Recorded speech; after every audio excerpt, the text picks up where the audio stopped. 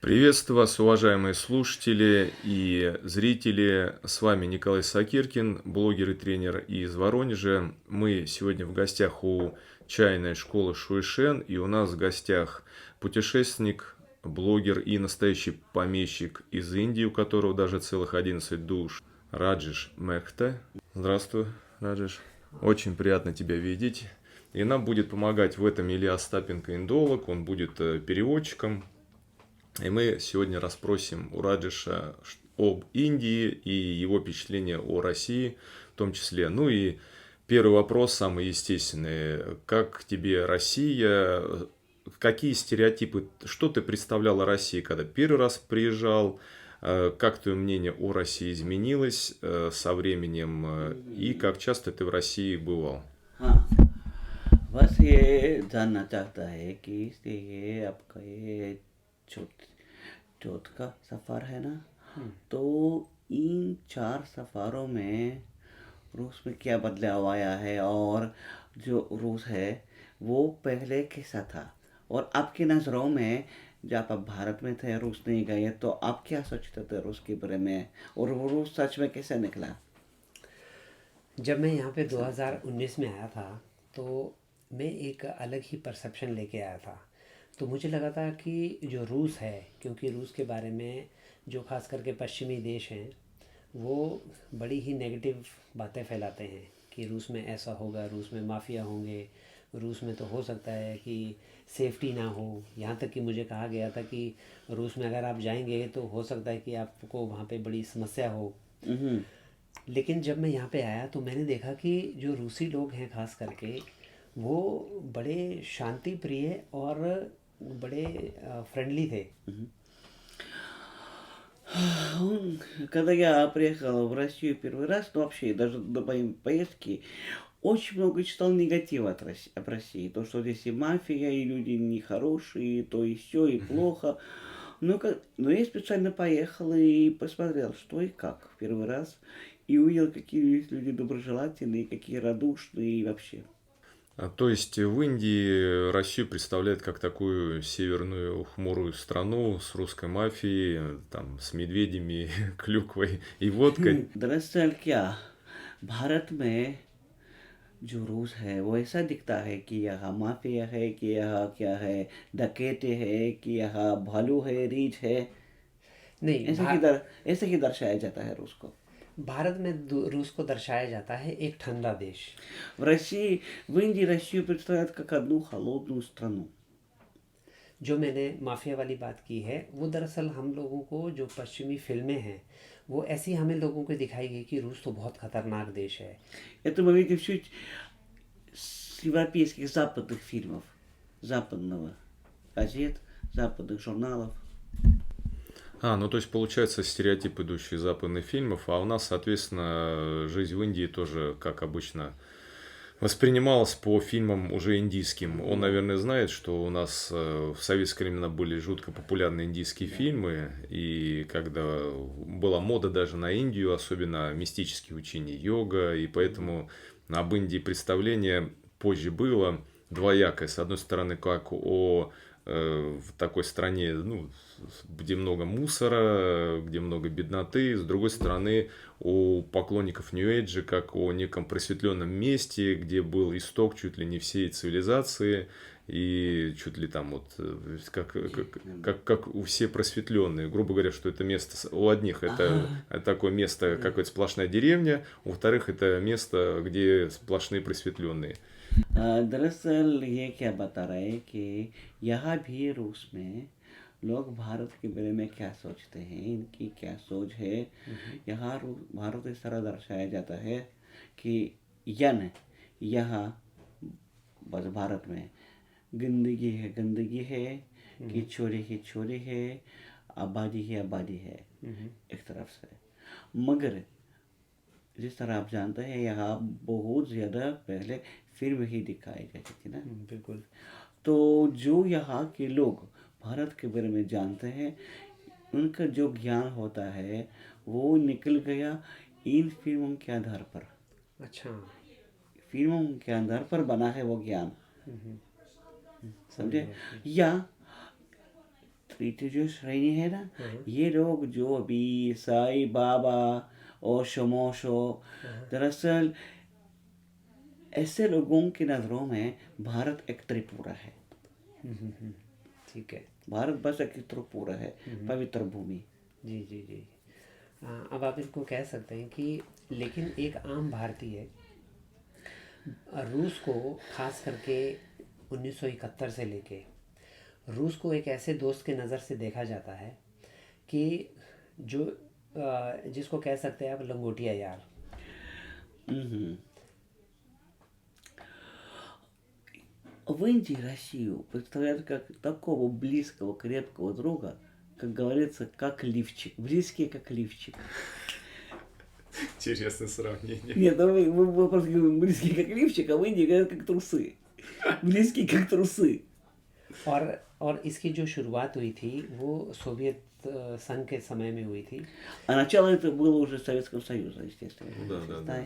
उस समय क्या हुआ था, मैं इनके दर्शकों को बताना चाहता हूँ कि उस समय क्या हुआ था कि भारत और पाकिस्तान के बीच में एक युद्ध हुआ और भारत अकेला पड़ गया और पाकिस्तान के साथ सारे पश्चिमी देश आ गए। Дело в том, что в тот период была война Индо-Пакистанская война, и весь западный мир оказался на стороне Пакистана. Индия оказалась одна. और उस बीच में जब वो सारे पश्चिमी देश भारत के खिलाफ आ गए तो उस समय जो सोवियत संघ था उसने कहा कि वो भी बीच में आ गया भारत की मदद के लिए।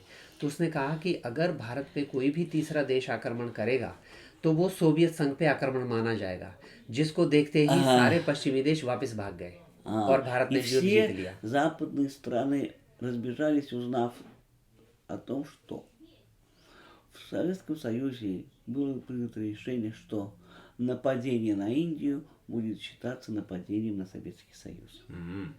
और पूरे भारत उस समय भारत ने पाकिस्तान को हराया और एक बांग्लादेश नए देश का निर्माण हुआ जिसका नाम बांग्लादेश था, अस्तित्व में आया। Ага.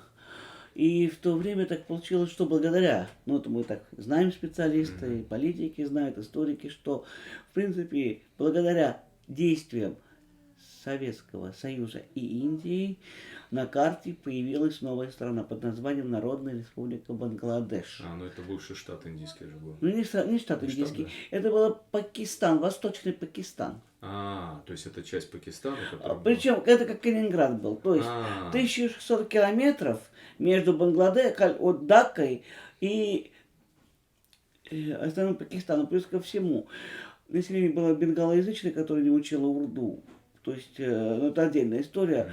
И Россия встала на сторону, соответственно, стала на сторону Индии и победили Пакистан. И появился Бангладеш.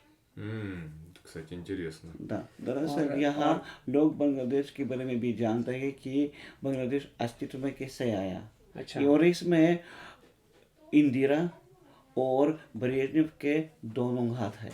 जी बिल्कुल। और तब से जो है आज तक भारत के लोग सोवियत संघ का, खास करके रूस का जो है एहसान मानते हैं।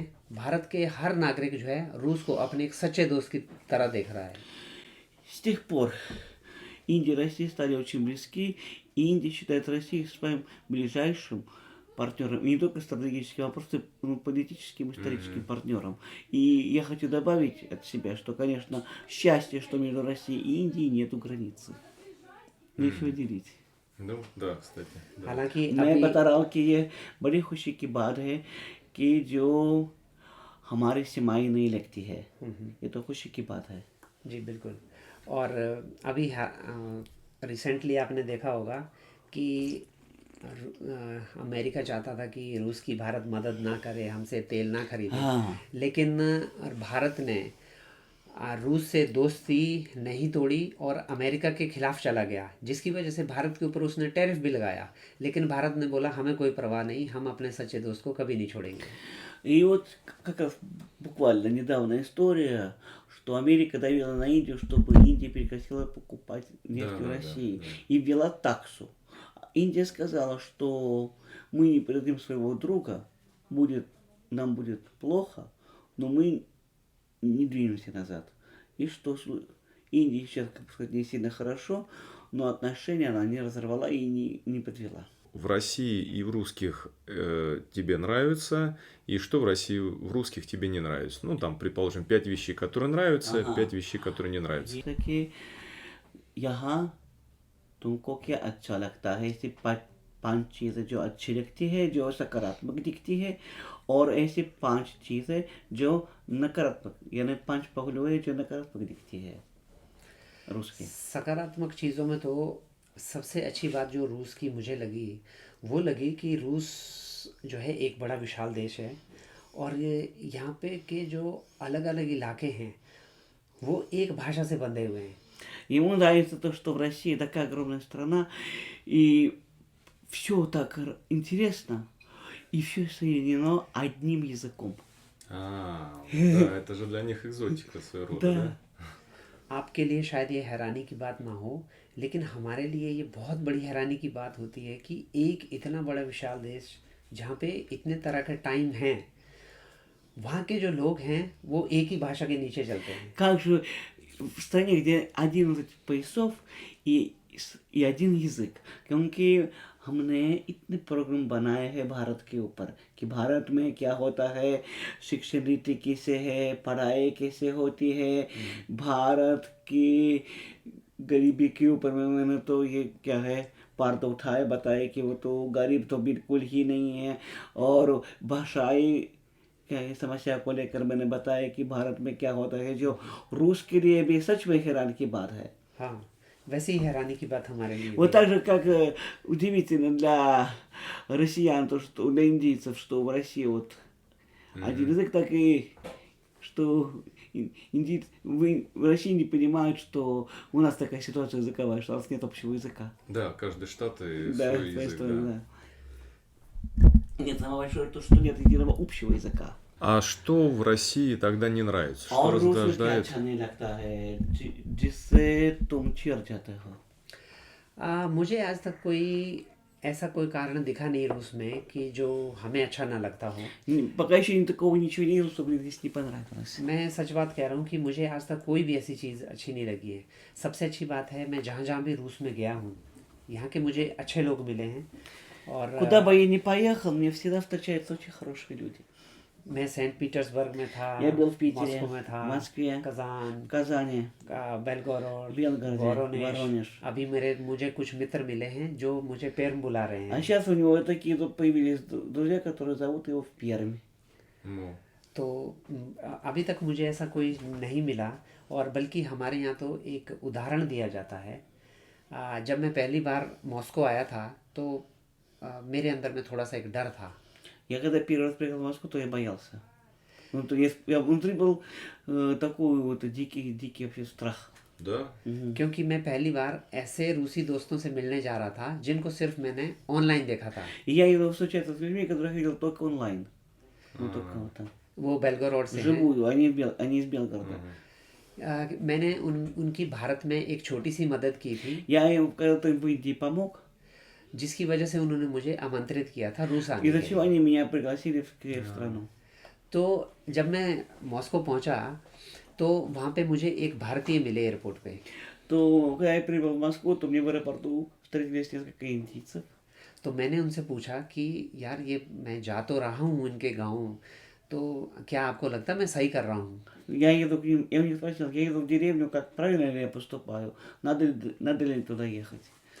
तो उन्होंने मुझे एक उदाहरण देकर समझाया То они меня дали один пример. कि रूसी दोस्ती बहुत कम करते हैं, लेकिन अगर करते हैं तो बड़ी सच्ची दोस्ती करते हैं. Русские не сильно дружелюбные, но если дружат, то это очень крепкая дружба.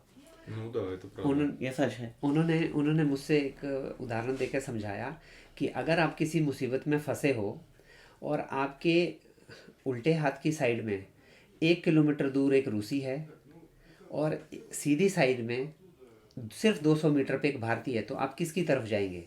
तो मैंने कहा कि भारतीय नज़दीक भी है, मैं उनकी तरफ जाऊंगा. उन्होंने कहा गलत, आप 800 मीटर एक्स्ट्रा चलिए और रूसी के पास जाइए, वो कभी आपको धोखा नहीं देगा. Он как ты поступишь? Вот у тебя будет какая-то ситуация критическая.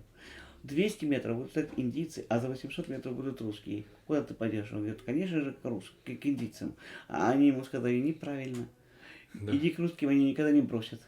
Ну да, это ये भी правда. सच है. और जैसे ही मैं बेलगोरोड पहुंचा, И как только я прибыл в Белгород, मेरी ज़िंदगी का सबसे बेहतरीन अनुभव उन्होंने मुझे दिया। у меня был такой опыт, которого не было до этого в моей жизни. मैं पूरे वहाँ पे एक छोटा सा गांव है बोरिसोव Там का, маленькая деревня из Борисовка. उन्होंने मुझे वहाँ घुमाया, Там रखित меня в Ракитное меня возили. स्ट्रोइतेल, Строитель, потом на Прохоровку. पता नहीं कितने सारे मुझे उन्होंने गांव घुमाए। Я даже не могу сказать, сколько я видел деревень там. मेरी ज़िंदगी का सबसे बेहतरीन अनुभव था किसी विदेशी परिवार के साथ में जिनको मैंने पहले कभी नहीं देखा था। Я никогда их не видел, и это было для меня удивительно и потрясающе. Столько любви, столько заботы. Меня катали, возили, кормили. और उसके बाद मुझे इलिया भाई मिले, ये भी ऑनलाइन मिले। И я потом также встретился онлайн, точно так же, посмотрев его видео про Белгород, и अभी मैं बता रहा हूँ कि क्या है आपको देखकर मुझे क्या लगा पहले बार वीडियो में. हाँ, वो बताइए। मैंने किस लिए लिखा है आपको. И я очень много смотрел уже видео, там как индуи катаются по России, снимают, ну так.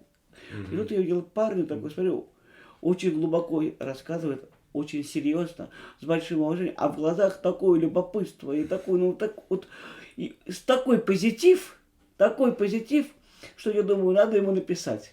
А он же горец, он же не такой, как все индийцы, он же не общительный, он не любимый, он же, это совершенно другая, ну, нация совершенно другой менталитет совершенно. С Индиями ничего общего не имеет. Я говорю, ты не индийец, он говорит, я настоящий индийец, а это все не индийцы. मैं ये बता रहा हूँ कि ये कहता है कि मैं भारतीय हूँ, असली भारतीय हूँ, ये भारतीय नहीं है, मगर मेरे ख्याल से आप भारतीय नहीं, ये सब भारतीय है. और я ему написал. Он не ответил. Потом еще через пару дней написал, не ответил. Потом еще написал ему, он мне ответил, и взял мой номер, и мне позвонил. Это было как раз 1 сентября, как раз вот, когда вот, началась корона, когда это все было. И мы с ним так стали общаться.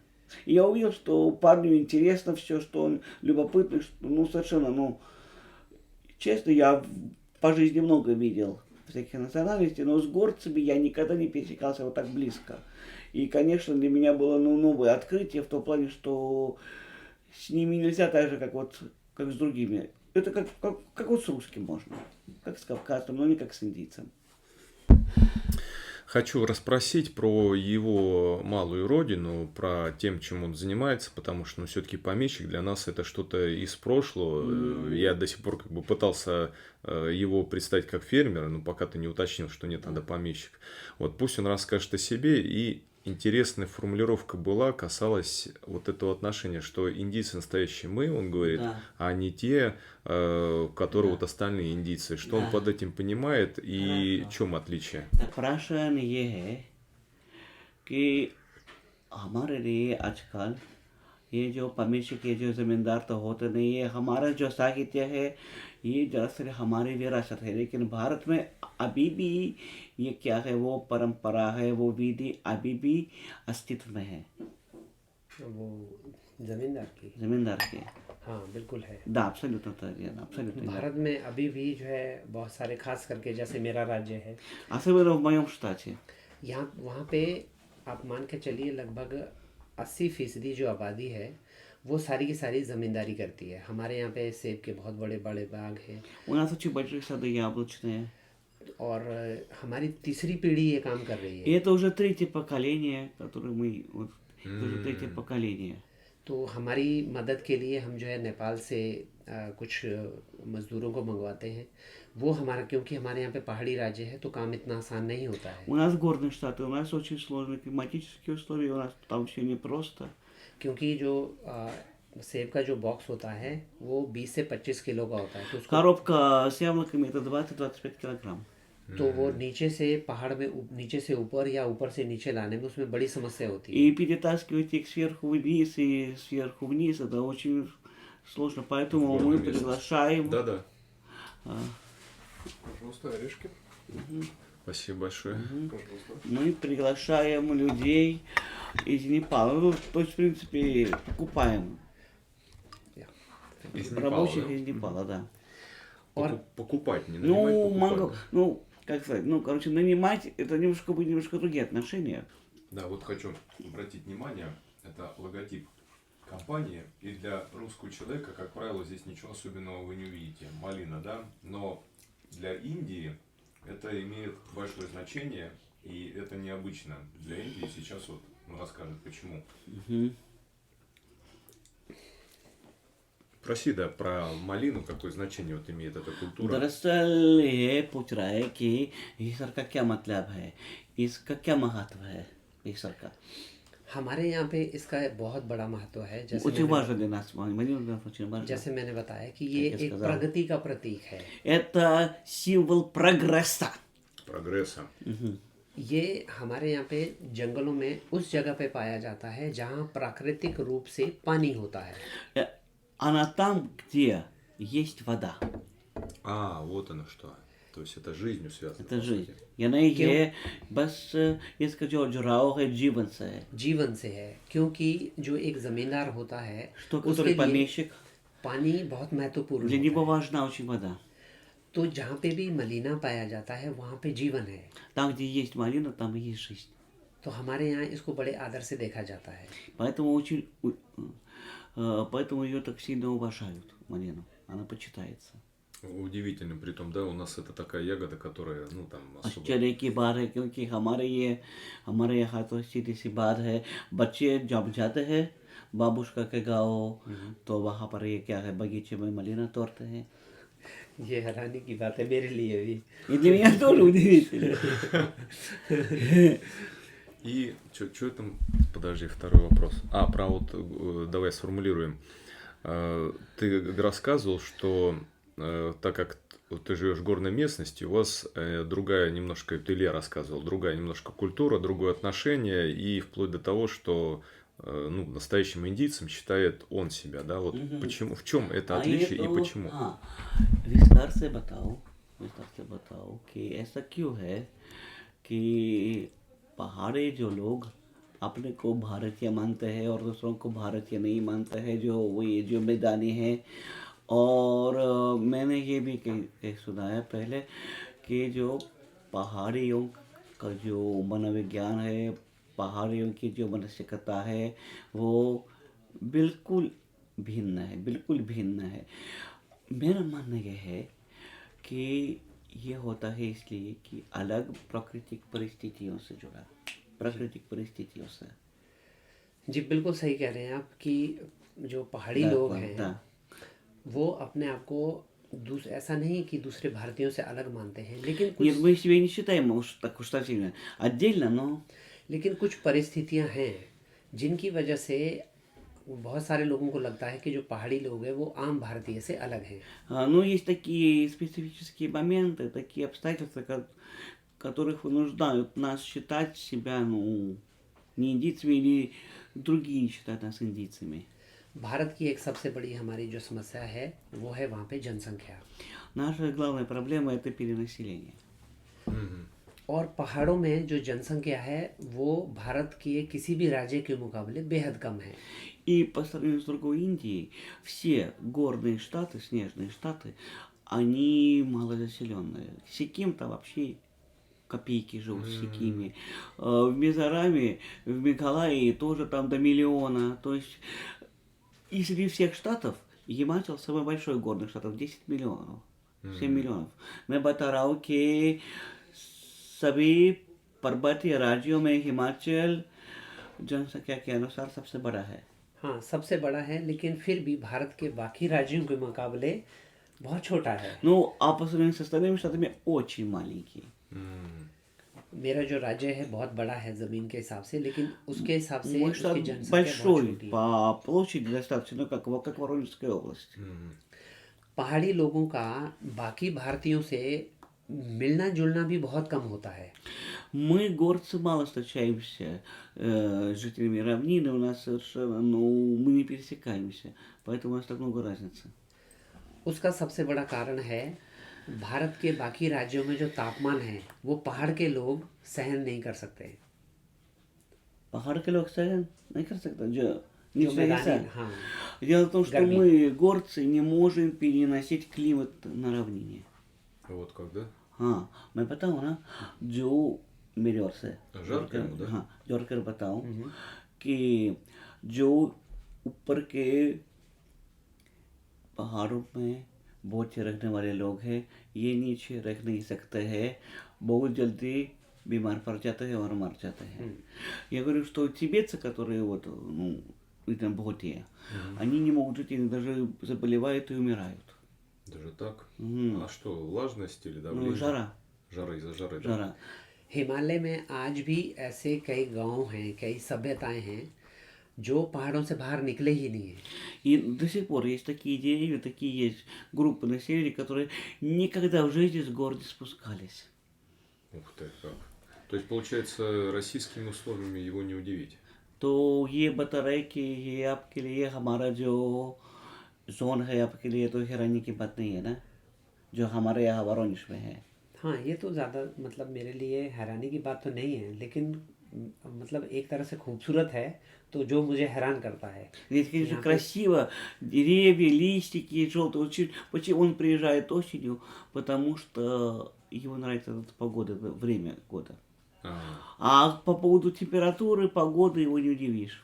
а о чем отличие по природным вот условиям в основном? Ну, вот он говорит, что ему нравится осенью, а почему? В Индии, получается, нет осени, да? Нет, вот такой именно в Химачале нету.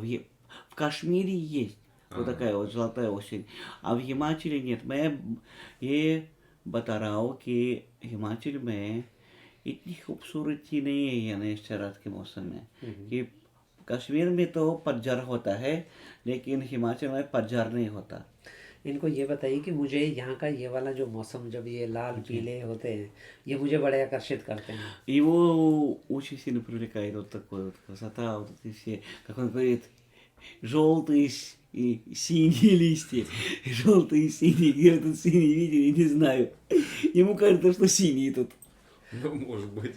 आपके लिए ये साधारण बात हो सकती है, लेकिन आम भारतीय के लिए ये एक बड़ा नेचर का बड़ा खूबसूरत गिफ्ट है. Для вас это обычно. Ну да, да. Что-то Но- осень в России. Нам кажется очень красиво. Ну, кстати, скажи ему, что осенняя пора-то вообще-то у нас тоже восхваляется в культуре поэтами, и этому Расскажи. посвящены целые циклы.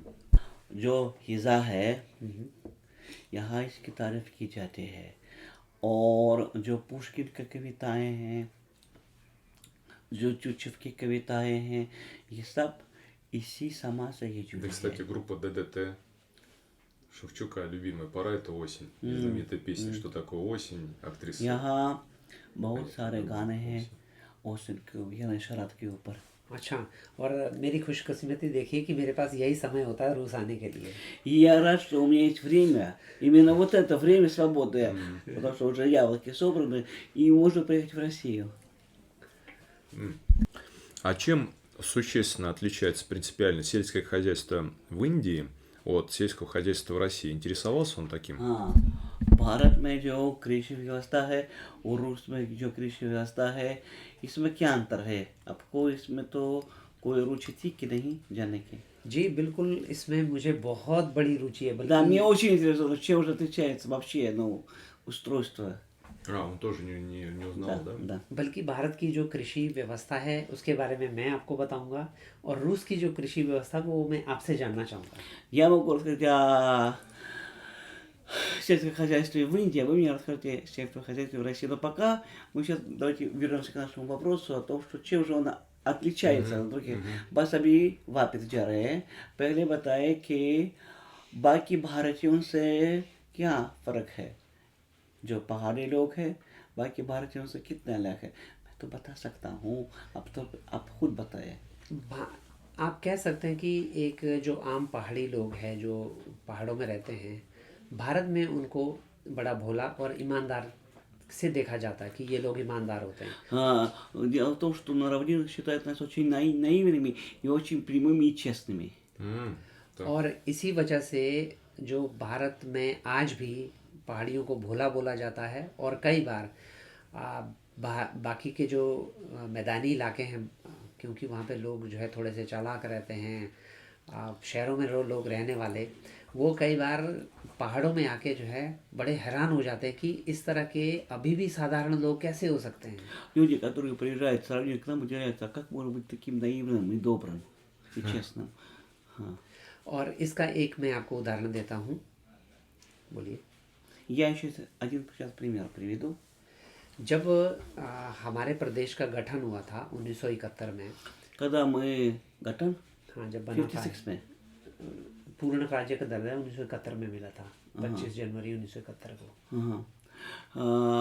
Когда штат у них полностью сформировался, Himachal Pradesh, तो उस समय क्या हुआ, मैदानी इलाकों से बहुत सारे जो पैसे वाले लोग हैं, क्योंकि पहाड़ बहुत खूबसूरत होते हैं, वो आके ज़मीनें खरीदने लगे।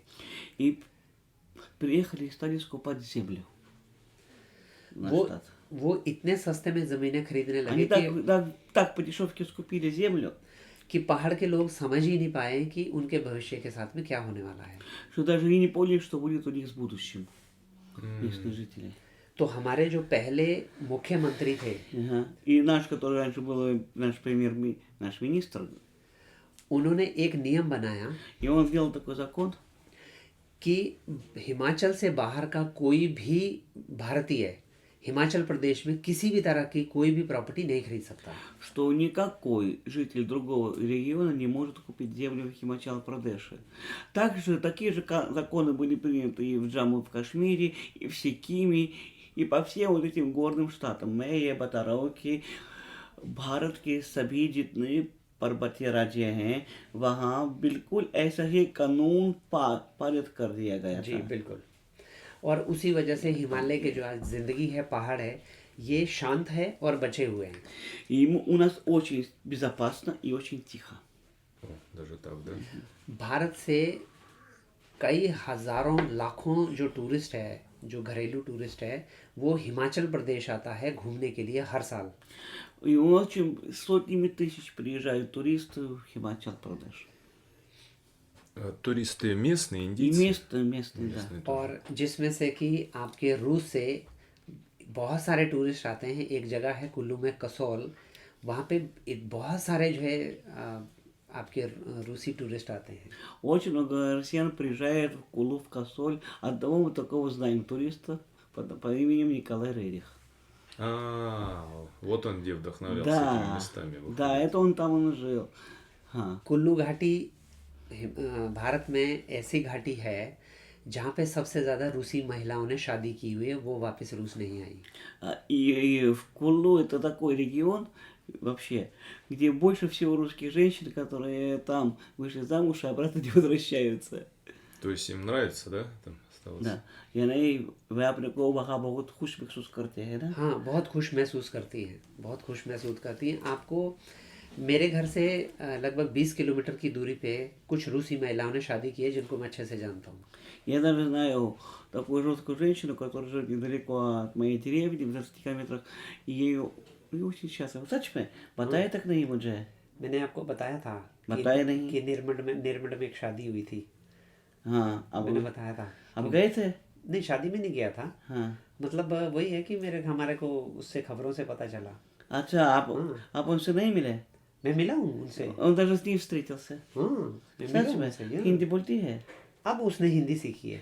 уже стала говорить हिंदी даже. और मैं ये भी बता रहा हूँ कि वो भी जानता है कि हमारे लिए जो यहाँ लोग हैं कुल्लू और कुछ नहीं बस रेरिक के नाम से ही जाना जाता है. हाँ, महान हस्ती रेरिक जो है वहाँ पे कभी रहे थे, ये हमारी खुशकिस्मती है। И я говорю, что по большей мере Кулу ассоциируется у россиян с именем Рерих. Ну да, да. Ну, то есть, получается, это не типичная Индия, не так, как мы себе представляем в целом, да, вот Индию, там, Нью-Дели, с हाँ, वो Гангом. जो कुछ अलग भारत है, क्योंकि हमारे नजरों में भारत वही दिल्ली है, यूपी है, बिहार है, जो आपके लिए भारत ही नहीं है. ये भी बताए, मैं भी जाना, ये लोग भी जानना चाहते हैं. जिस भारत को दुनिया देखती है, तो तू Индию, которая знает мир, दरअसल हम उसे भारत मानते ही नहीं। мы не считаем это даже за Индией. Вот это интересно. Класс. А почему? ये किस लिए? सबसे बड़ी जो समस्या है भारत की, वो जनसंख्या और कुछ राज्य भारत के ऐसे हैं जहाँ पे जो शिक्षा का स्तर है वो बहुत नीचे का था। И есть такие штаты, где очень низкий уровень грамотности и перенаселенности. Бихар जैसे ना? जिसमें से बिहार है, उत्तर प्रदेश है। तो जो आपके सामने नज़र में आता है वो बस कुछ राज्य हैं कि जहाँ पे आ, जो जनसंख्या है वो इतनी ज़्यादा हो गई है, वहाँ पे भीड़ भड़ाका इतना ज़्यादा हो गया है क्योंकि वो लोग शिक्षित नहीं हैं, तो गंदगी वो आपको बहुत ज़्यादा मिलेगी, ये मैं मानता हूँ। Дело в том, что мы сейчас что представим грязную Индию, это исключительно из-за Утар-Прадеша и Бихара, где население в Утар-Прадеше 240 миллионов, в Бихаре уже за 115 миллионов. И там самый низкий уровень грамотности во всей стране. Куда и так много туристов, кстати, приезжает, да? जहाँ काफी मात्रा में पर्यटक भी आते हैं. Но Бихар у нас имя связано с именем Будды, прежде всего. और जो खास करके पश्चिमी देशों के टूरिस्ट हैं वो भारत की सिर्फ उसी गंदगी को देखने, अपने आंखों से देखना चाहते हैं, जिस वजह से वो पूरी दुनिया में उन्होंने फैला दिया है। И Индия не такая грязная, грязные вот эти вот именно 2-3 штата наиболее грязные. И специально туристы западные едут снять эту грязь и показать в мире, короче, опозорить Индию, сказав, посмотрите, какая грязь. То есть такой стереотип. Это стереотип, да. आपने कभी कश्मीर का, हिमाचल का, उत्तराखंड का या सिक्किम का, अरुणाचल प्रदेश का, त्रिपुरा का, असम का, इन सभी राज्यों का आपने कभी कोई वीडियो नहीं देखा होगा जहाँ पे गंदगी Вы не увидите ни одного видео из этих штатов, которые сейчас перечислил, то есть это Трипура, Кашмир, Химачал, Уттараханд, Сиким, где было бы хоть какая-нибудь грязюка. Мой пример. Химачал настолько чистый, что когда я шел просто с бутылкой, с пустой, просто думаю, бутылку иду, ко мне подходит тибетский монах, выходит, говорит, дай мне бутылочку, я сейчас ее выкину. Он боялся, что я где-нибудь ее брошу на пол. Я не видел ни одного бычка. Сиким настолько чистый, что его сравнивают даже со Швейцарией. मैं बता रहा हूँ कि जो सिक्किम है वो इतना साफ सुथरा है कि इसकी तुलना की जा सकती है स्विट्जरलैंड से. जी बिल्कुल। भारत में कई ऐसे राज्य हैं, ऐसे कई शहर हैं जिनको देख के जब भी बाहर का कोई टूरिस्ट आता है उनको लगता है कि अरे हमने तो भारत के बारे में कुछ और ही सुना था, ये तो इतने साफ सुथरे कैसे हैं। И есть такие места, когда приезжают туристы, удивляются, вы же про Индию слышали, другое, а здесь такая чистота, откуда она. Я помню, когда мы приехали в Мегалаю, самое влажное место на планете, за нами увязался местный абориген, и который ходил и смотрел, чтобы ничего не нагадили, ничего не выбросили, ничего не сломали. मैं ये बता रहा हूँ कि हम जब मनीष के साथ मेघालय गए तो हमारे पीछे कोई हुई जो गार्ड ही पड़ गया था. ये देख रहा था कि हमें बस बताता रहा कि यहाँ मत करो, यहाँ मत भागो, यहाँ मत पेशाब करो. दरअसल वो पीछे पड़ा हुआ था हमारे. मेरी राज्य में एक कानून है कि आपकी कार में एक ट्रैश बिन होना ज़रूरी है, अगर नहीं होता है तो आपको 5,000 का जुर्माना भुगतना पड़ेगा. Короче, такой закон был в Химачал-Прадеше выпущен, что у тебя в машине должна быть обязательно мусорка. Если мусорки нету, то 5,000 штрафов. अरे और मेरे राज्य में मेरा राज्य भारत का पहला राज्य है जहाँ पे 2002 में, आज से 23 साल पहले, पॉली बैग पूरी तरह से बैन हो गया. वहाँ पे आपको पॉलीथीन नहीं मिलेगा सामान लेने के लिए. Ага. Запрещены пакетики с 2002 года. Целлофан? Да, пластиковый пакетик. То есть там бумага, да? तो लोग क्या इस्तेमाल करते हैं? कागज़ के бумажные. कागज़ के जो बैग आते हैं सिर्फ वही इस्तेमाल कर सकते हैं. Только бумажные пакеты. 23 साल हो चुके हैं. 23 года прошло уже. Ну да, это, кстати, очень европейские такие замашки. दरअसल ये तो भारत का है, ये तो यूरोप दिखता है. मैं वही कहना चाहता हूँ कि भारत इतना बड़ा है कि भारत लोग सिर्फ यूपी बिहार को देख के ही सोचते हैं कि भारत वैसा होगा. Я не понимаю, почему люди, увидев только Бихар и Утар-Прадеш, думают, что это вся Индия. Раджастан इतना गंदा नहीं जितना यूपी. हाँ बिल्कुल. Даже огромный Раджастан не сильно чистый. Он после Утतर Прадеша мне показался просто вообще операционный. उन राज्यों की जो सबसे बड़ी समस्या रही है वहाँ पे रही है शिक्षा, जो अशिक्षित लोग हैं। और Самая большая проблема этих больших штатов это образование. वहाँ के जो पॉलिटिशियंस थे, राजनेता थे, उन्होंने कभी भी शिक्षा को बढ़ावा नहीं दिया है, क्योंकि उनको पता था अगर ये लोग शिक्षित हो गए तो हम लोगों को कभी वोट नहीं मिलेंगे। Дело в том, что там в этих штатах вся политическая власть считала, что нам невыгодно иметь грамотных людей, они нам никогда не дадут голос. Поэтому нужно делать так, чтобы образование было на самом низком уровне. Хотя это далеко не идея. Добавляю, как специалист, что в Утар-Прадеше и Бихаре уровень грамотности ниже, чем среднеиндийский. मैं बता रहा हूँ कि अपने वर्ष से कि यूपी और बिहार में जो शिक्षा स्तर है वो औसत भारतीय शिक्षा स्तर से नीचे है। बहुत नीचे है। और हमारे यहाँ पे जो राजनीति है इन राज्यों में इतनी गंदी है कि हम अगर उनको चाहें भी कि ये कुछ तरक्की करें तो वो राजनीति किसी को कुछ करने नहीं देती। वो इस बात से, वहाँ के राजनेता इस बात से डरते हैं कि अगर इनको अपने अधिकार पता चल गए, ये ठीक वैसे ही है जैसे किसी को एक दास बनाए रखना। Политикам невыгодно, чтобы люди шли вперед, развивались. Им нужны просто вот эти вот рабы. Поэтому они делают штат фактически, штат для далитов, чтобы там были жили неприкасаемые, чтобы побольше было вот это вот, как бы сказать, биомусора. Ну, правильно, чем человек менее Да. просвещен, दरअसल тем मैं बता रहा हूँ легче कि इन управлять. राज्यों में दलितों को ज्यादा क्या है बढ़ावा दिया जा रहा है कि ये दलितों का राज्य है और दलितों का कोई अधिकार नहीं है, इसलिए ये तो इनके लिए तो फायदेमंद है। जी सही बिल्कुल, सही समझा। बिल्कुल।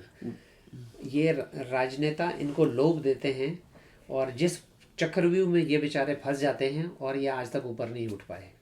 मतलब ये राजनेता इनको लोभ देते हैं कि देखो तुम्हारी सरकार आ रही है, तुम्हारी कास्ट की सरकार आ रही है, तुम्हारे जो एक इनके अलग अलग रहते हैं, जैसे दलित है, दलितों की सरकार आ रही है, उनको इस लोभ में रखते हैं। हाँ, इसी लोक में, लालच में, लालच में। हाँ, короче, они такие жадные, что они говорят, вот, сейчас придет правительство, состоящее из вас таких вот. То есть, в принципе, там дается, будет так, рабочий крестьянский штат. Именно не крестьянский такой, а именно вот такой пролетариат, чистый пролетариат. Всегда лояльный к власти. Да. Ага. एक तरफ आपने सुना होगा कि भारत दुनिया की चौथी सबसे बड़ी जो है अर्थव्यवस्था Вы है, слышали, что это самая большая экономика в мире.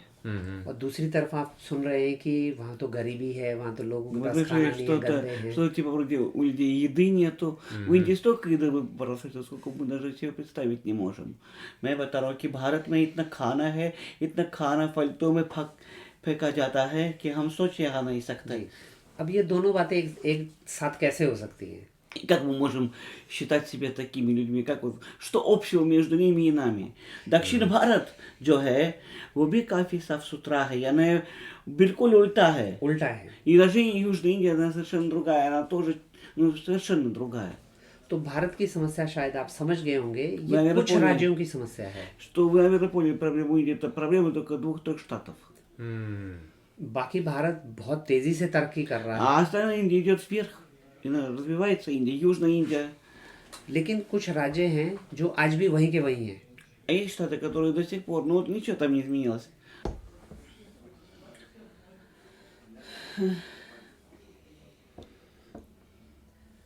इनको बड़ी बढ़िया टॉपिक छेड़ा है ना?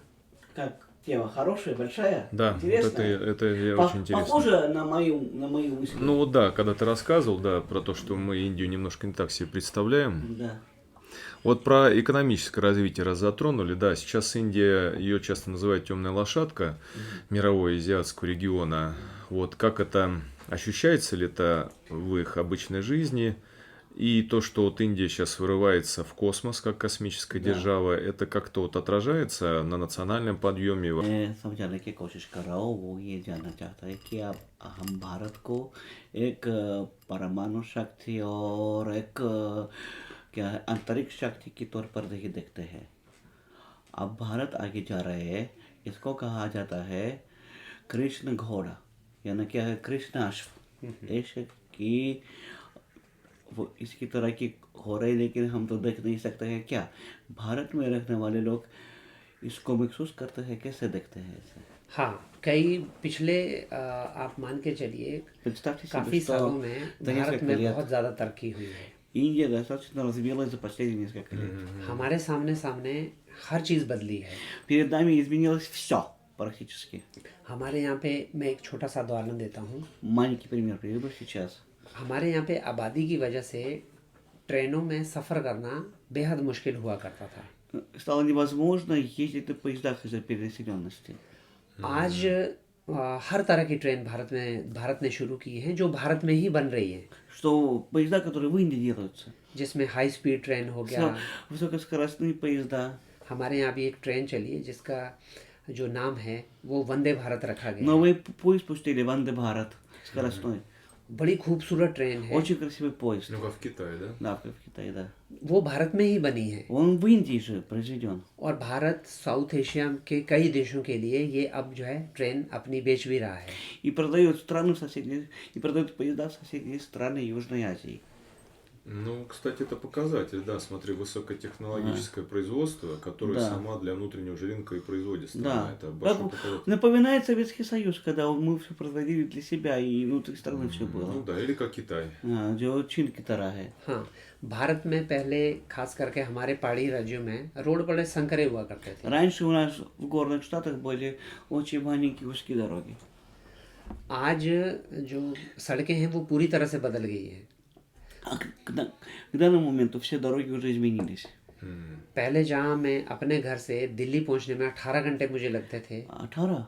18 लगते थे। Раньше у меня 18 часов добраться до Дели. आज जो है आप 12 से 13 घंटे में आराम से पहुँच सकते हैं। А теперь я спокойно за 12 часов добираюсь до Дели. तो सड़कें बहुत अच्छी हुई हैं, Стали खास करके дороги पहाड़ों में। хорошие, даже в горах.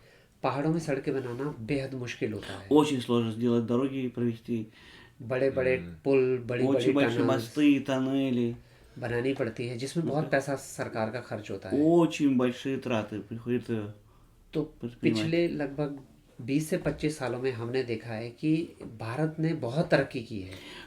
За последние 20-25 лет Индия очень сильно поднялась. А с чем это связано? तो ये कैसे हुआ?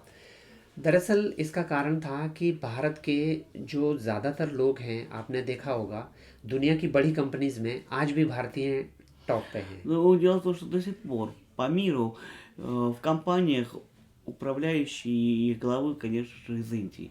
Хоть Amazon возьми, хоть этот Google, хоть кого угодно.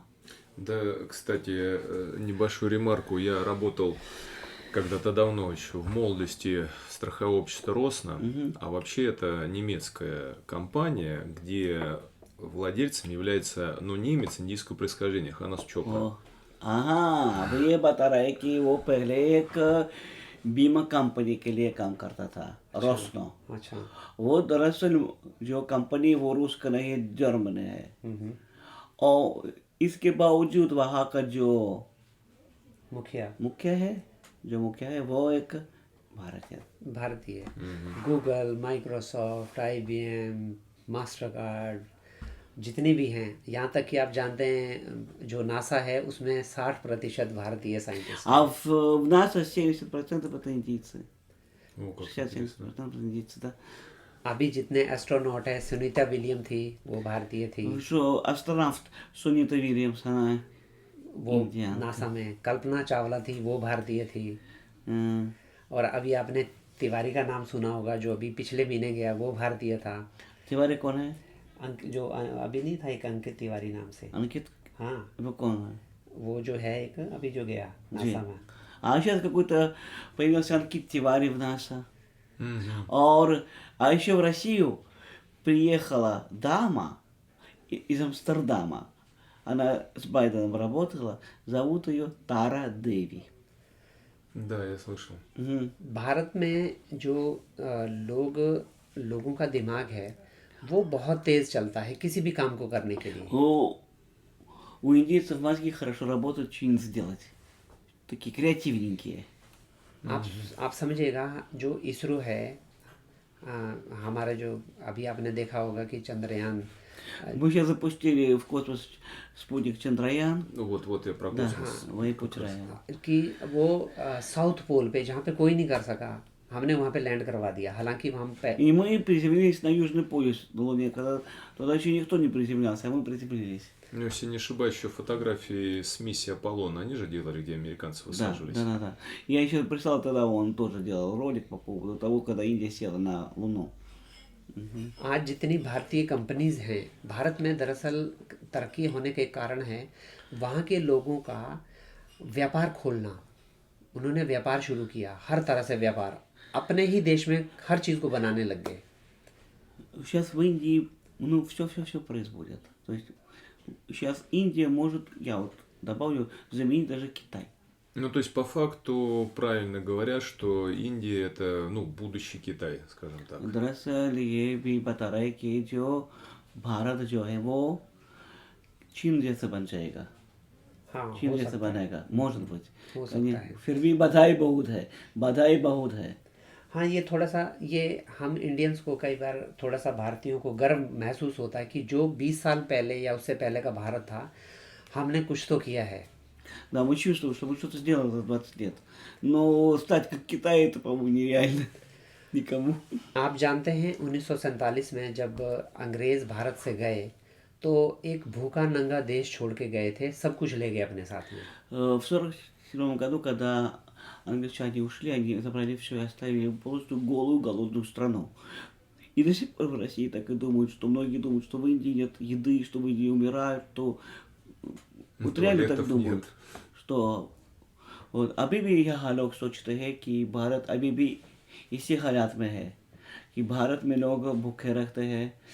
मेरा जो पादरी है वो ऐसा ही बोलता है, भारत में तो कोई खाना नहीं, लोग वहाँ क्या है हफ्तों भूखे रहते हैं, तो तुम वहाँ कैसे रह सकते हो. ये कभी जब 1947 में, ये बात सही है कि भारत में भुखमरी थी। Да, в Индии был голод, в Индии была нищета. जब एक बार का एक वाक़या है जो इतिहास बना हुआ है, बताइएगा। एक बार का एक वाक़या है जो इतिहास बना हुआ था। Есть такой, ну, поговорка, что когда была сделана история, написана история, जब ब्रिटिशर्स वहाँ पे थे когда были там англичане, तो वो क्या करते थे, जितना अनाज था उसको ब्रिटेन भेजते थे जहाज и में। сколько было там анач пшеницы, все вывозили, зерно, все вывозили в Англию. तो क्योंकि बंगाल में जो है सूखा का पड़ा, अकाल पड़ा, जिस वजह से अनाज की कमी हो गई। Бенгал был полностью, мы знаем, что голод в Бенгалии, то есть Бенгал был полностью опустошен, там не осталось ни былинки, ни соринки. लेकिन ब्रिटानिया हुकूमत ने यहाँ से अनाज भेजना जारी रखा, लोगों को नहीं दिया। И Англия продолжала поставлять зерно из Калькутты, из Бенгалии, не обращая внимания, что там просто ничего не осталось, там просто люди уже умирают. Ну, это же они называли жемчужина, колониальная жемчужина. Индия, Да. она кормила всю империю. Да. А вот понятное дело, что колониальная политика, ну, в общем-то, приятного в ней мало, да? Но какое-то положительное влияние англичане для индийцев оставили, что вот они как-то себя... जी, दरअसल हम तो मानते हैं कि जो अंग्रेजों का जो छाप था वही नकारात्मक था भारत के लिए. ये बस पूछ रहा है कि अंग्रेजों ने ऐसा कुछ किया है कि जिसे हम भारत में सकारात्मकता की तरफ से देख सकते हैं. उन्होंने ऐसा कुछ तो किया होगा. ये पूछ रहे हैं. अंग्रेज़ों ने भारतीयों के लिए कुछ नहीं किया। वो उन्होंने ये समझ लिया था कि वो हमेशा के लिए भारत में रहेंगे। उन्होंने अपनी सुविधाओं के लिए बहुत सारे काम किए थे। Они очень много для себя сделали. Они же думали, что они останутся навсегда в Индии. जैसे खास करके उन्होंने रेलवे बिछाई, Они проложили железную дорогу. लेकिन वो भारतीयों के लिए नहीं थी। वो उन्होंने Она была सोचा, не для нас, она была для них. उनको ये लगा कि हमारा साम्राज्य अब ये यहाँ पे रहेगा हमेशा के लिए। И они думали, что наша империя здесь будет навсегда. तो उन्होंने शहरों के निर्माण शुरू किए। Они построили города. खास करके मेरी जो राज्य है वो पहाड़ी राज्य है, वहाँ के लिए एक रेल उन्होंने सेवा शुरू की। Они построили железную дорогу в горах. लेकिन आप समझिए वो इतने क्रूर थे Они были такие жестокие. कि वो मुफ्त में लोगों से, गांव वालों से काम कराते थे। Они бесплатно получали все, что хотели. Любую работу, любую помощь, любую.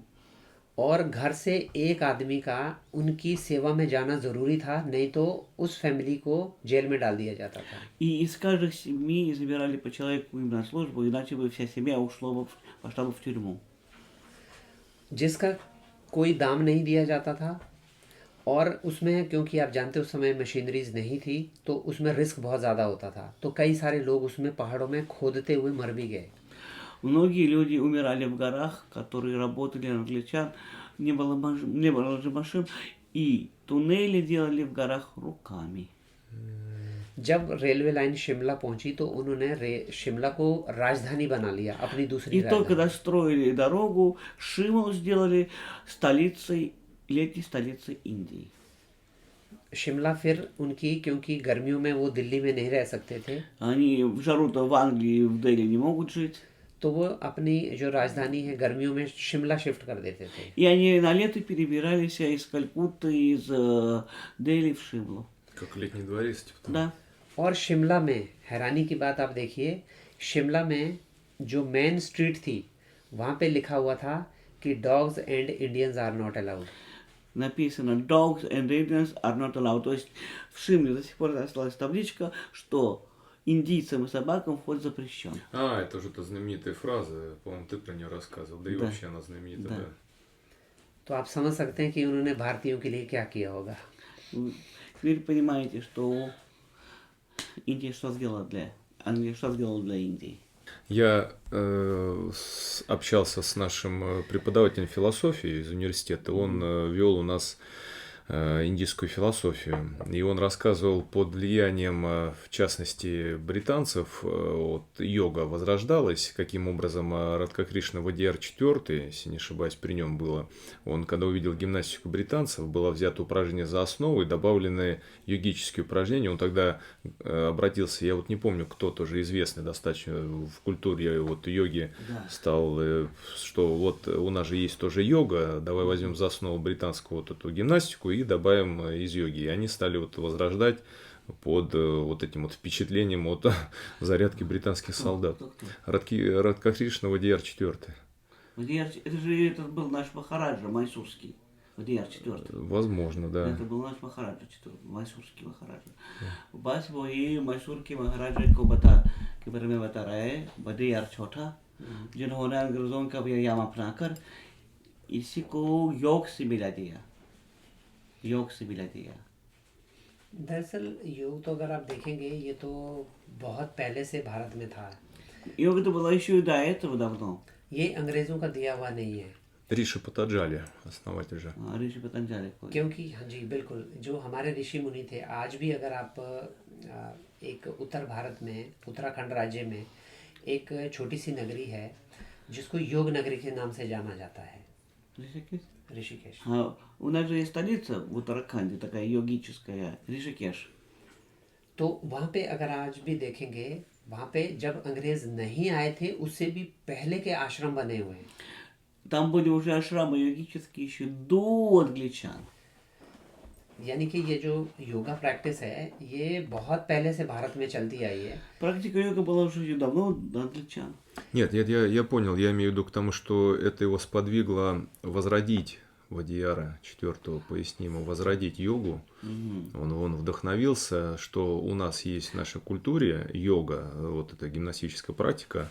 ये क्या बता रहा है कि दरअसल उसने क्या किया है, इसके अंग्रेजों के प्रभाव में आकर उसने इसका विकास किया था योग को, और दरअसल नई जिंदगी योग परंपरा में फूकी गई थी. हाँ, ये हो सकता है, Это может быть, да. ये मैं समझ सकता हूँ। Скажи, я тоже йогой занимался, но не знаю, насколько она здесь аутентичная. Сначала было популярно в СССР. सोवियत ज़माने में योग को काफ़ी मकबूलियत मिली थी. У меня была книга «Сам издат», थी. напечатанная на печатной машинке. वो क्या है, ऐसी पुस्ताकी थी जो घरों में ही लोग बनाते थे. Она отцу была подарена моему. मेरे बाप को दिया गया. И я занимался одно время сначала просто дома по ней, а потом уже здесь, в और городе, इसी ходил. किताब के जरिए मैंने योग सीखी है.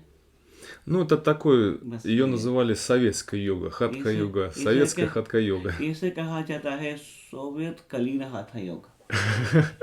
А вот расскажи, пожалуйста, как у вас взаимоотношения с вашими ближайшими соседями, ну, я имею в виду в регионе южноазиатском, то есть там Китай, другие южноазиатские, ну, то есть страны Индокитая. Часто ли Да. вы соприкасаетесь с ними? Южная Азия, да, да. Южная Азия, да. То есть, как часто вы, какое влияние на вас оказывают, как часто вы с ними пересекаетесь? अभी जो वर्तमान अड़ोस पड़ोस देशों से क्या रिश्ता है, कैसा रिश्ता है? चीन चीन से क्या रिश्ता है, बांग्लादेश से क्या रिश्ता है? दरअसल भारत के जो हमारे पड़ोसी जितने भी देश हैं उनमें से सबसे ख़राब हमारे जो रिश्ते हैं वो है सिर्फ एक देश, वो है पाकिस्तान. У нас единственные плохие отношения только с одной стороной, это Пакистан.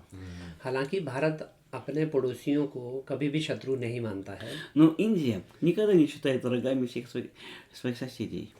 लेकिन आपने देखा होगा जैसे ही भारत पे कोई भी जो है टेररिस्ट अटैक होता है तो उस समय जो है भारत को भी, क्योंकि अपने लोगों की सुरक्षा करनी होती है, तो भारत उसको जवाब जो है देना पड़ता है. То Индии приходится отвечать, когда кто-то все-таки нападает на всякие атаки террористические. Индии приходится держать ответ. भारत में एक ये जो आतंकवाद की समस्या है ये बहुत पहले से चली आ रही है Проблема терроризма в Индии очень старая. और भारत के अलग अलग शहरों पे आपने सुना होगा, मुंबई में अटैक हुआ, दिल्ली में अटैक हुआ, बसों में ब्लास्ट हो जाते थे वो लोग. Автобусы взрываются, взрывы в Бомбее, в Дели. Все это, конечно, в России слышали. Да, да, да. एक बार मुंबई में 152 लोगों को जो है गोलियों से मार दिया गया था अलग अलग जगह पे. Более 100 человек пострадало в Бомбее при нападении. सबसे एक क्रूर जो आतंकवादी हमला था वो दिल्ली की एक मार्केट में हुआ था जहाँ पे बॉम्ब वाले बैग रखे हुए थे और आम लोग जो वहाँ पे शॉपिंग करने आए थे उसमें मारे गए. Самое страшное было преступление, это в Дели в одном магазине оставили сумку с бомбой, и очень много людей погибло. तो पाकिस्तान इसके पीछे सारा जो खेल है वो हमेशा से पाकिस्तान का रहा है, ये सब И जानते हैं. вся игра, которая это все, конечно, со стороны Пакистана, все это прекрасно знают. हालांकि भारत ने कई बार दोस्ती का हाथ बढ़ाया है. आपने सुना होगा कि भारत ने एक ट्रेन शुरू की थी पाकिस्तान के लिए और एक बस चलती थी दिल्ली से लाहौर के लिए. Индия как-то и протягивала руку дружбы к Пакистану, запускали и поезда, и автобус ходил до Лахор.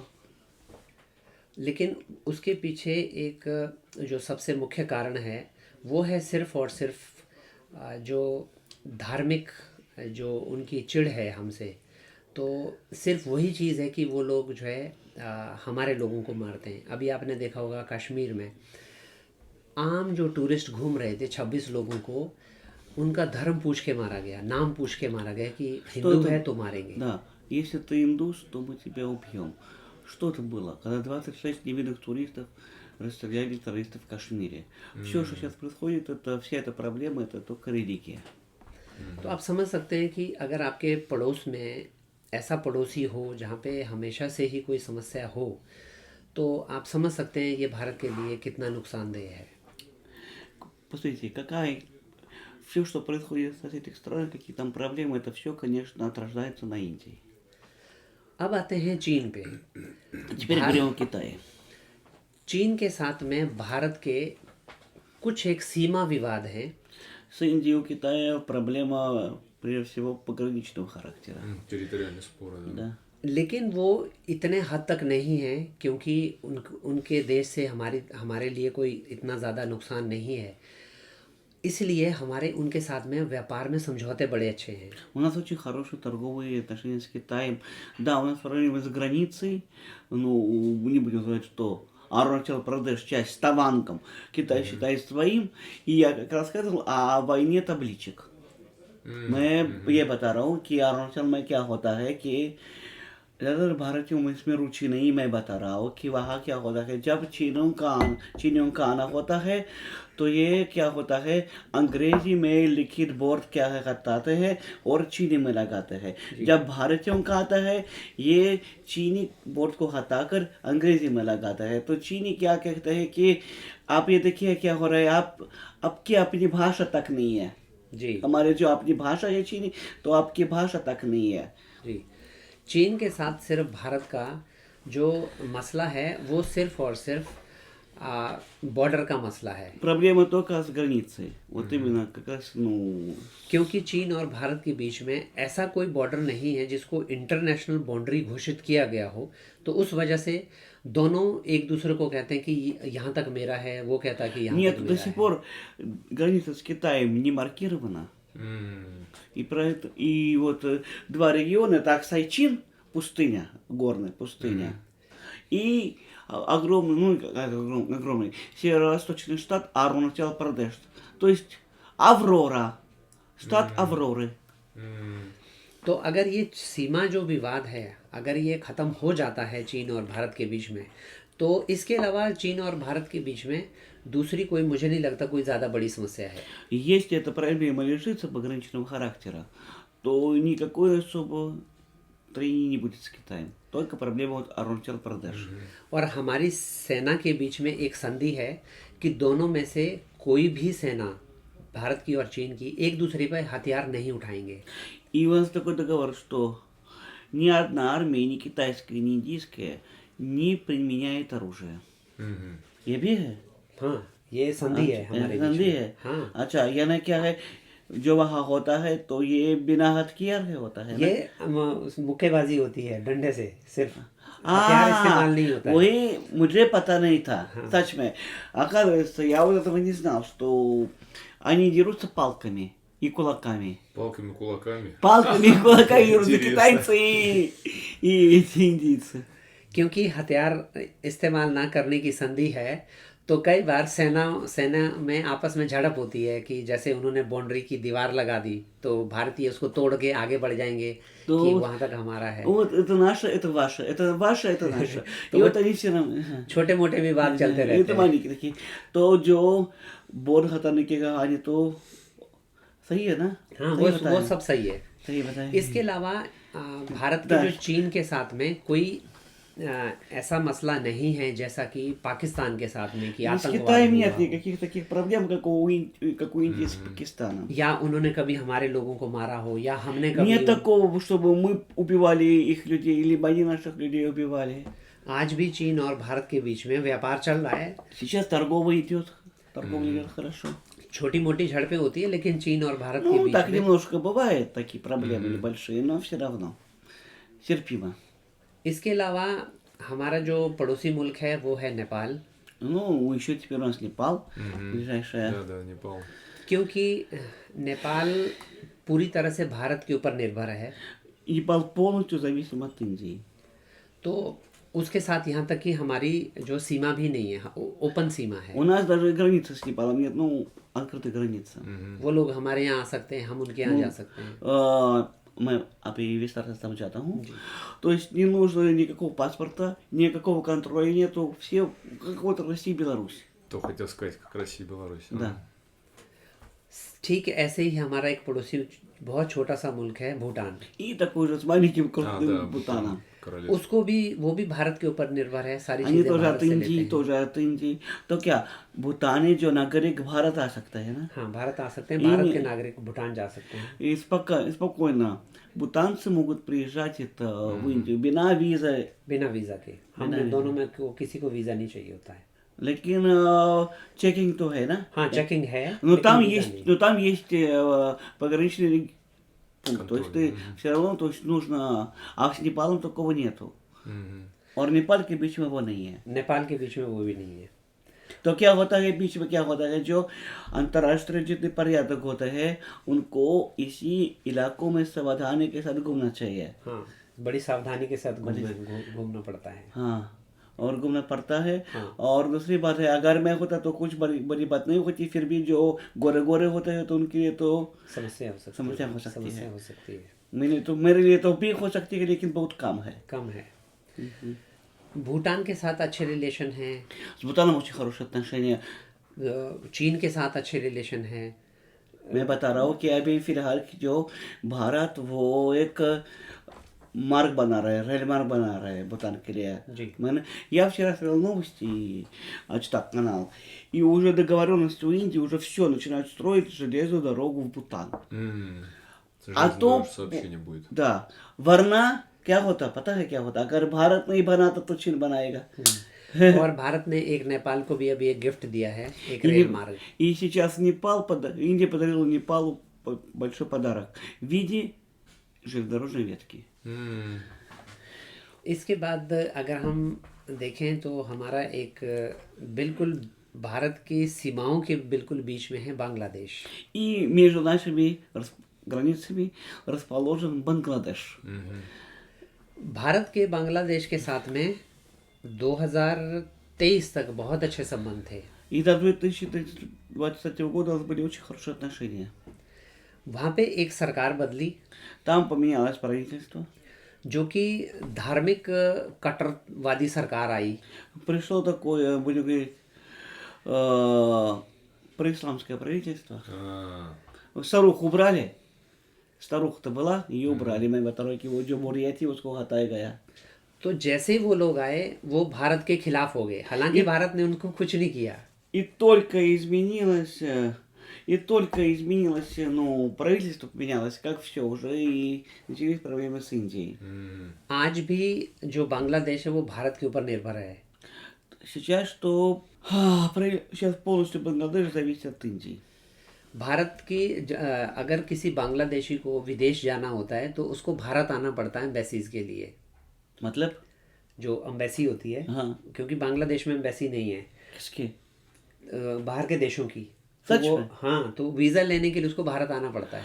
Сейчас в Бангладеше нет никаких посольств. То для получения визы в другие страны приходится приезжать в Индию. То есть вообще никаких दरअसल क्या, सारे के सारे दूतावासों के दरवाजे की बंद है. वहाँ पे है ही नहीं है दूतावास कहाँ? बांग्लादेश में। रूस का है? रूस का है, वो कॉन्सुलेट है। अच्छा. दूतावास अलग होता है, छोटा कॉन्सुलेट अलग होता है।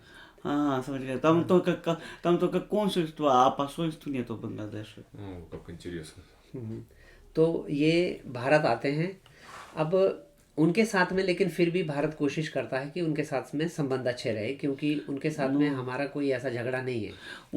Тоже пытаемся держать, ну, отношения на контроле, потому что у нас проблем таких нету. सिर्फ घुसपैठिया है. बांग्लादेश एक घुसपैठिया है. बांग्लादेश के साथ में हमारी एक समस्या बहुत बड़ी है। У нас очень большая проблема только с Бангладешем, это वहाँ के इलीगल लोग हमारे देश में एंटर करते हैं। очень много есть нелегальных иммигрантов, которые для них стало большой-большой проблемой. जिस तरह से बहुत सारे देशों में बाहर के देशों के आने वाले इलीगल इमिग्रेंट की प्रॉब्लम हर कई देशों में है, वैसे ही भारत को भी है। Как во многих странах, ну, развитых, развивающихся проблемы с нелегальной миграцией, то же самое у Индии. Но это, для нас это в основном афганцы и Бангладеш. То есть не надо путать Бангладеш и калькутский бенгалец. Это все думают, что это одно и то же. Это то же самое, что какой-нибудь там петербургский дворянин и орловский мужик в лаптях.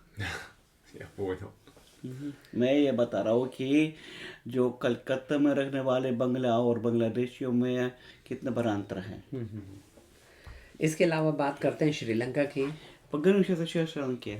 श्रीलंका के साथ पहले से ही भारत के संबंध बड़े अच्छे रहे हैं। Раньше были отношения хорошие с Шри-Ланкой. तो भारत के जो संबंध अगर आप देखेंगे तो सबके साथ ही बड़े मधुर संबंध है, क्योंकि भारत के आसपास के जितने देश हैं वो बहुत छोटे छोटे देश हैं। Рядом с Индией сколько стран, все маленькие страны. हमें सिर्फ समस्या सिर्फ एक देश से है जहाँ से आतंकवाद होता है। У нас проблема только с одной страной, откуда идет весь терроризм, जो कि हमारे लिए एक बहुत बड़ी समस्या है। который для нас очень большая проблема. Ну, понятное дело, конечно, тем более такой регион неспокойный, когда У нас получилось интервью просто шикарное. Спасибо и переводчику, и моему собеседнику, моим двоим собеседникам. Было очень интересно. Было необычно об Индии вообще такое узнать, хотя вот вроде Илья и рассказывал, да, и вот я сегодня опять узнал что-то новое, что-то необычное. Да и в принципе, я думаю, всем зрителям будет интересно вот увидеть да, вот индийца, который рассказывает о своей культуре, при том, который видел другие культуры, то есть который мог сравнивать. И за это очень большое спасибо и моему собеседнику, и Илье как переводчику. Подписывайтесь на наши каналы, я оставлю ссылку на мой канал, на канал собеседника нашего. Посещайте чайную Шуэше. На этом мы прощаемся с вами. Спасибо большое тебе за беседу. Thank you so much. Спасибо, Илья, тебе за перевод. На этом я прощаюсь с вами. Пока.